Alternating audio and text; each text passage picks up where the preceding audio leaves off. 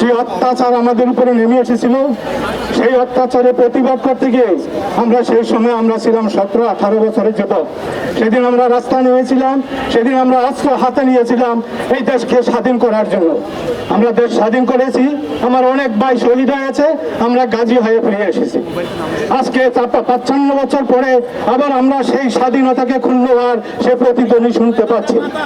আজকে আপনারা যে 24-এর মুক্তিযুদ্ধরা রাস্তায় নেমেছেন, আপনারা একটা কথা আমরা জানি যে স্বাধীনতা অর্জন করা যত না কঠিন, স্বাধীনতা রক্ষা করা তার চেয়েও আরো বেশি কঠিন। আমাদের স্বাধীনতা আজকে যেই দিকে চলে যাচ্ছে, আমরা মনে হয় না আমরা স্বাধীনভাবে স্বাধীন জাতি হিসাবে বাঁচতে পারবো। আপনারা যদি সেই স্বাধীনতাকে রক্ষা করতে চান, আপনারা যেইভাবে রাস্তায় নেমেছেন, আমি আর ঘরে বসতে পারি নাই। আমার 7 বছরের নাতিন 3 দিন আগে আমাকে বলে, দাদা তুমি একজন মুক্তিযোদ্ধা, এখন কিভাবে ঘরে বসে আছো? সেই নাতিনের ইয়েতে উদ্বুদ্ধ হয়ে আজকে আমি তোমাদের সাথে সংগতিকতা জানার জন্য আমি এখানে উপস্থিত হয়েছি। তোমরা জানো আমরা 2 ভাই 1971 সালের যুদ্ধে 2 ভাই মুক্তিযুদ্ধে অংশগ্রহণ করেছিলাম। সেই অপরাধে আমার বাবা মা বাড়িতে ঘুমাইতে পারে নাই, পাট খেতে, ধান খেতে, এবং কি আখ খেতে ঘুমিয়েছে। আজকে তোমাদের বাবার মায়ের অবস্থা আমরা সেটাই দেখতেছি।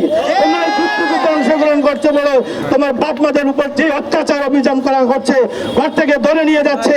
সেই আমি আজকে আগে বসে আসলে আমার বয়স 70, সেই 70 বয়সে আজকে তোমাদের পাশে আমি দাঁড়িয়েছি।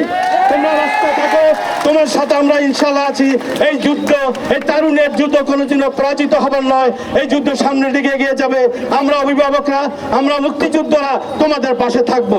এক্ষেত্রে আমি একটা অনুরোধ করবো, যারা বাংলাদেশের প্রকৃত মুক্তিযোদ্ধা আছেন সকল ভাইকে বলবো, আপনারা যারা পরিচিত মুক্তিযোদ্ধা আছেন, আপনারা এই মুহূর্তে রাস্তায় নেমে আছেন, আমার এই ছেলেদের, আমার নাতিদের, আমার সন্তানদের পাশে এসে দাঁড়ান, তাদেরকে সাহায্য করেন। যেমন 1971 সালে আমার মা বাবা, আমার দাদা দাদি সবাই আমাদের জন্য দোয়া করেছিল, আমাদের জন্য নফল রোজা রেখেছে, নফল নামাজ পড়েছে, যাতে আমরা সুস্থভাবে ফিরে আসি। আল্লাহ আমাদেরকে ফিরিয়ে এনেছে। আমরা আপনাদের জন্য, আমিও গত 7 দিন যাবৎ আপনাদের জন্য নফল নামাজ পড়ছি, রোজা রাখছি, এবং আপনাদের সুস্বাস্থ্য এবং সুস্থতা, নিরাপত্তা কামনা করছি।